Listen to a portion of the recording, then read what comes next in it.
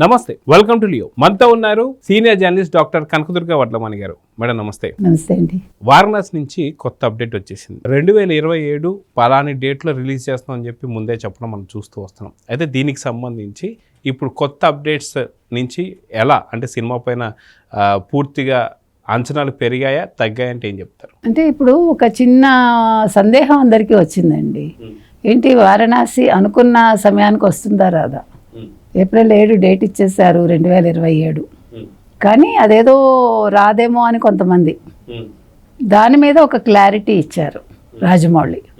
ఒక యూరోపియన్ మ్యాగజైన్కి ఆయన ఒక ఇంటర్వ్యూ ఇచ్చారు. ఆ ఇంటర్వ్యూలో అన్నీ క్లియర్గా చెప్పారనమాట. అంటే మేము ఖచ్చితంగా ఏప్రిల్ 7, 2027 సినిమా రిలీజ్ అవుతుంది, అందులో ఎటువంటి సందేహం లేదు.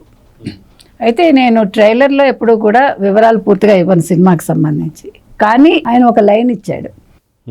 ఏంటంటే మహేష్ బాబు క్యారెక్టర్ కాశీ నుంచి బయలుదేరి అంటార్క్టికాకి వెళ్ళి, అక్కడి నుంచి దక్షిణాఫ్రికాకి వెళ్ళి, అక్కడి నుంచి ప్రాచీన రోమ్కి వెళ్ళి మళ్ళీ తిరిగి వారణాసికి వస్తుంది.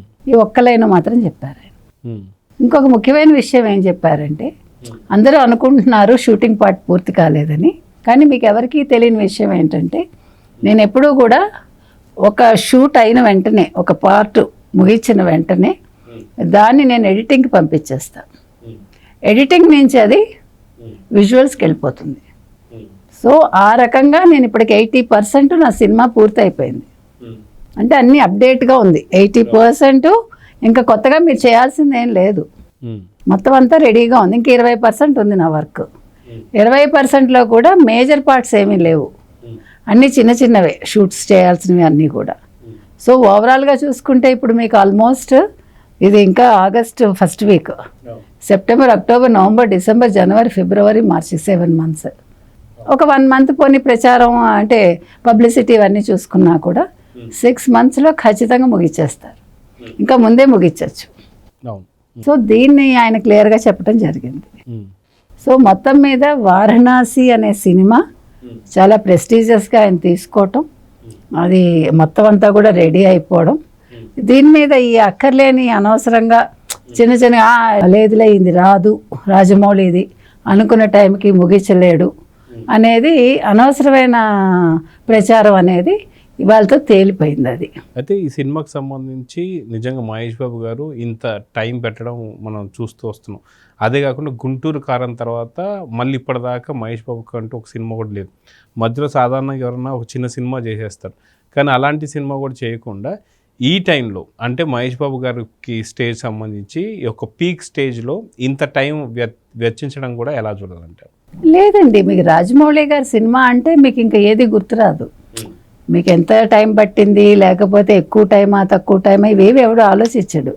రాజమౌళి సినిమా అంటే మీరు ఇచ్చేస్తారు అంతే, అది 1 ఏడాది, 2 ఏళ్ళ, 3 ఏళ్ళ, ఇట్ డజంట్ మ్యాటర్. అక్కడ రాజమౌళితో సినిమా చేయటం అనేది ముఖ్యంగా ఉంటుంది మీకు. కాబట్టి ఆయన ఎన్ని రోజులు సినిమా చేయలేదు, ఆ తర్వాత చేయలేదా, 1 ఏడాది అయిందా, 2 ఏళ్ళు అయిందా, నోబడీ విల్ థింక్ కదా.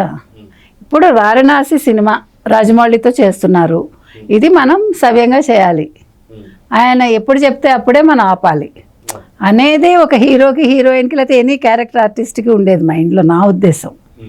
కాబట్టి మనం చేయలేదా చేసామనే రిగ్రెట్ ఏమి ఉండదు.